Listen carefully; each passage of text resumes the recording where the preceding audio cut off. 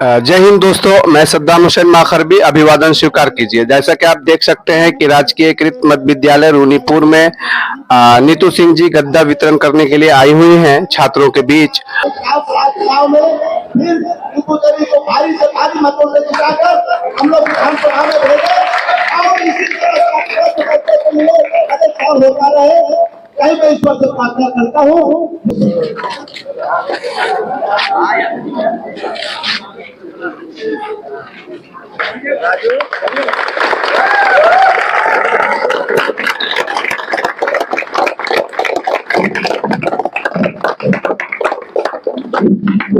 नीतू सिंह जिंदाबाद जिंदाबाद जिंदाबाद। नीतू सिंह जिंदाबाद जिंदाबाद जिंदाबाद। नीतू सिंह जिंदाबाद जिंदाबाद जिंदाबाद। आज माखर पंचायत के रूनीपुर खेल कूद के लिए यहाँ के स्टूडेंट लोग मेरे पास पहुंचे थे और बोले थे कि भाई होमगार्ड की बहाली होने वाली है और उसके लिए हम लोग को गद्दा की जरूरत है।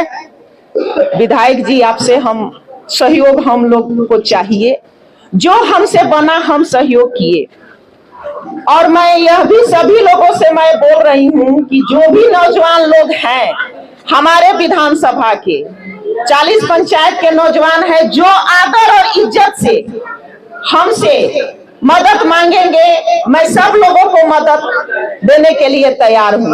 लेकिन कोई रंगदारी करके सोचेगा कि विधायक जी से रंगदारी करके और बेइज्जत करके मदद हम मांगे तो ये हमसे नहीं होगा, क्योंकि मैं भी शेर की बहू हूँ और शेर गांव की बेटी हूँ। किसी से डरने वाली नहीं हूँ। जब मैं चुनाव लड़ने आई थी तो मैं वादा की थी कि भैया के 15 साल जीते लो, अबरी भौजी के जीता हो तो भौजी के आप लोग जिताए तो भौजी को जहां जरूरत आपका पड़ता है भैया से ज्यादा सहयोग करने के लिए हम तैयार हैं। लेकिन आप हमसे आके मिलिएगा, आग्रह कीजिएगा तब ना। आपको क्या चीज का जरूरत है, क्या चीज आपको चाहिए, जब आप हमसे बताइएगा तब ना हमको मालूम चलेगा। हम जात पात का राजनीति नहीं करते हैं और माखर पंचायत जो है अभी राजनीति का अड्डा बना हुआ है। कुछ दिन पहले एक वीडियो वायरल हुआ था कि यहाँ कोई विकास नहीं हुआ है। अरे विकास तो देखने का चीज है, मुंह से बोलने का चीज नहीं है। इस पंचायत में पानी का समस्या था, हर जगह मैं अपने स्तर से चापाकल करवाई और हर जात में करवाई। ये कोई नहीं कहेगा कि किसी अकेले जात में किए हैं। हम लोग जात पात के राजनीति नहीं करते हैं, हम लोग सब लोगों को लेके चलते हैं। मेरे यहाँ कोई अगड़ा पिछड़ा नहीं है, जनता सब हमसे खुश है। लेकिन कुछ जो नेता है जिसका दलाली नहीं चलाना वही विरोध कर रहा है। और जनता के विधायक है, हम जनता के विधायक हैं, जनता हमसे डायरेक्ट बात करती है, जनता का हम काम करते हैं।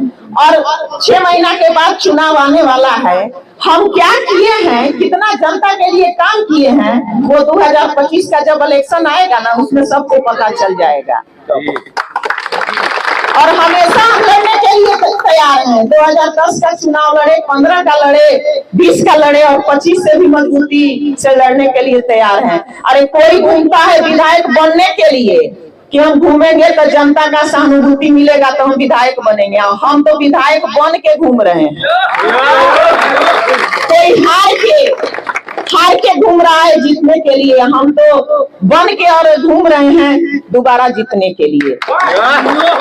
मैं मंच के माध्यम से सभी नौजवान यहाँ पर स्टूडेंट हैं, जो भी पंचायत के हैं, जो हमको वोट दिए हैं नहीं दिए हैं, उनको भी मैं हर तरह से तैयार हूँ मदद करने के लिए। आज मेरे हिसुआ विधानसभा में बढ़ौना के लोग आए, उन लोगों को भी मदद किए, बगोदर के लोग आए, उनको भी मदद किए, पैजना का भी कुछ सवाल मेरे पास आया है।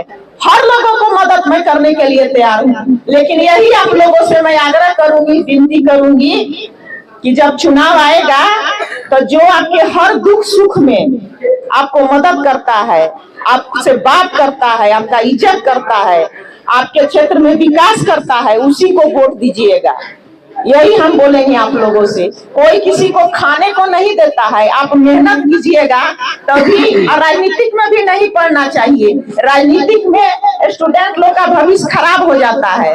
अरे आपका नेता है, आप उससे आग्रह करके काम कीजिए। और एक अभी जो हमारे जिला अध्यक्ष जी हैं महागठबंधन के, आप लोगों को मालूम ही होगा, उदय जी हर जगह गद्दा बांट रहे हैं। बहुत अच्छा बात है, कहते हैं कि हम आरजेडी के अध्यक्ष हैं। मैं उनसे पूछना चाहती हूँ कि लोकसभा हो चाहे विधानसभा हो, उनके पंचायत में आरजेडी कितना वोट से लीड किया था? और पिछले बार तो मेरे चुनाव में विरोध में थे, और मैं जानती हूँ कि 2025 के भी चुनाव के विरोध में रहेंगे, लेकिन उससे कोई फर्क पड़ने वाला नहीं है। अरे हम तो लोकसभा में भी दिखा दिए, विधानसभा में दिखा दिए कि जिस पंचायत की मैं वासी हुई, हमारे नरहट पंचायत से आरजेडी 2500 वोट से लीड किया है। पेपर आप लोग देख लीजिए। तो आरजेडी के और तेजस्वी जी के शुभचिंतक कौन है ये जनता जानती है, बताने की जरूरत नहीं है। और यूट्यूब वाले लोग जो हैं ये गलत सलत न्यूज चला रहे हैं आजकल।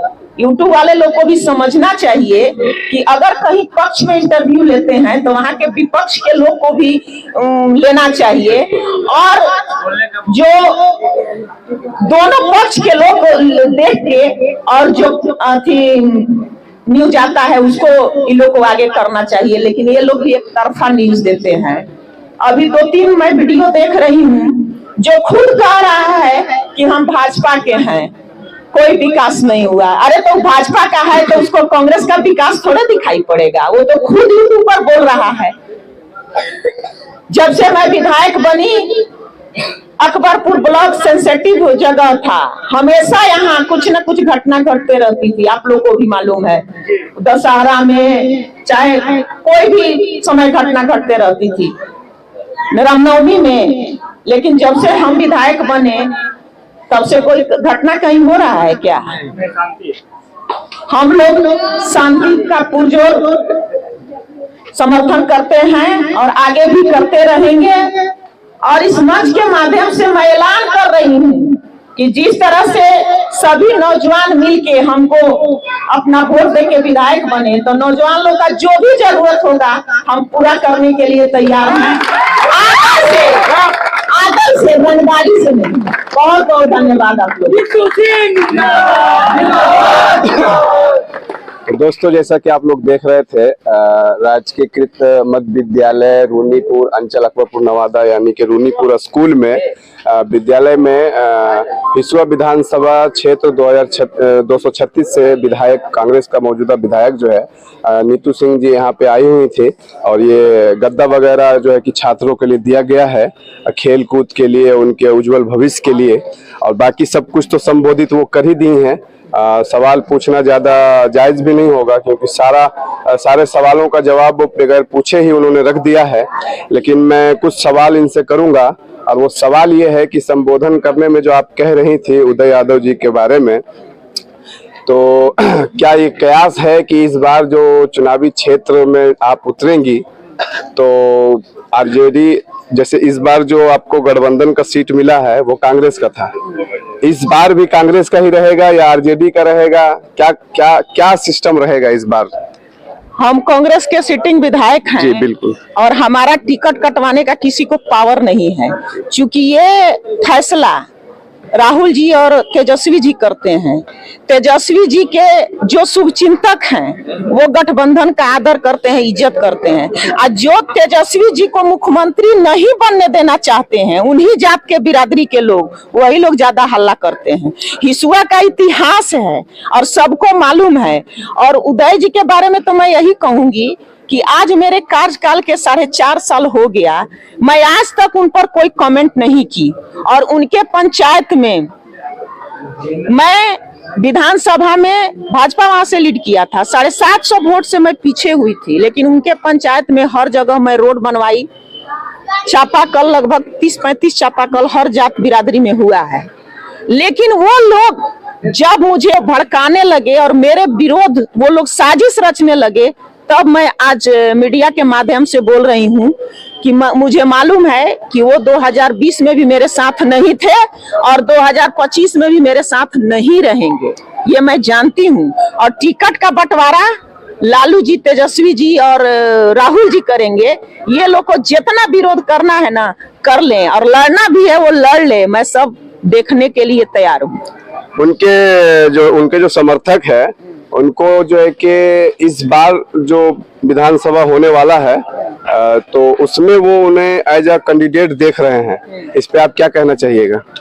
कैंडिडेट माने बनना, सपना देखना कोई छोड़ देगा थोड़े, लड़ने का उनको है। उन्होंने ये बात को साफ किया है कि ये जो आला अधिकारी है पार्टी के, जैसे तेजस्वी जी है, उनका फैसला के ऊपर ही है, लेकिन उनके जो चाहने वाले हैं वो ये आवाज उठा रहे हैं कि इस बार उदय यादव जी को वो हिसुआ विधानसभा से जो है कि विधायक के तौर पे देखना चाहते हैं।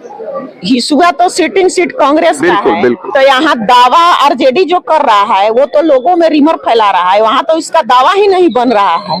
जब हम गठबंधन में हैं और गठबंधन में जब हम चुनाव लड़ेंगे तो ये तो कांग्रेस का सीट रहेगा। और मैं आरजेडी के लोगों से कहना चाहती हूँ कि लालू जी जो हैं वो मेरा शादी करवाए हैं, और मैं जहाँ की बेटी हूँ वहाँ का भी घर तेजस्वी जी को है। तो जब लोकसभा का टिकट बंट रहा था तो तेजस्वी जी मुझे बुला के बात किए थे, और तेजस्वी जी ये लोग को तो माने कर्ज करता है आरजेडी के, और तेजस्वी जी जो हैं वो मेरे परिवार हैं, तो मेरा टिकट कटने का कहाँ सवाल है। जितना लोग को भूखना है भूखने दीजिए, ये सब से मुझे कोई असर पड़ना नहीं है।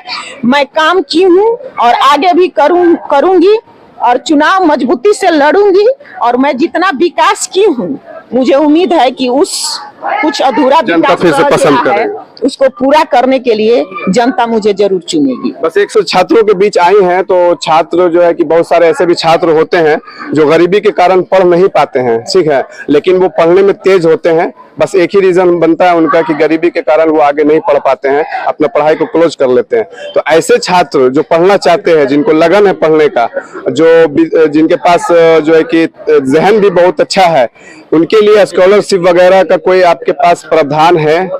ये तो सरकार हर जगह दे रही है। सरकार तो स्टूडेंट के लिए बहुत सारी योजनाएं चला रही है, तो कुछ स्टूडेंट लोग उसका लाभ भी ले रहे हैं। और जिनको मान लीजिए कि इस योजना के बारे में जानकारी नहीं है, चाहे जो भी राशि मिलती है उनको दिक्कत हो रहा है मिलने में, तो हमसे मिले और हमको जहाँ तक सहयोग होगा हम करेंगे और करते हैं।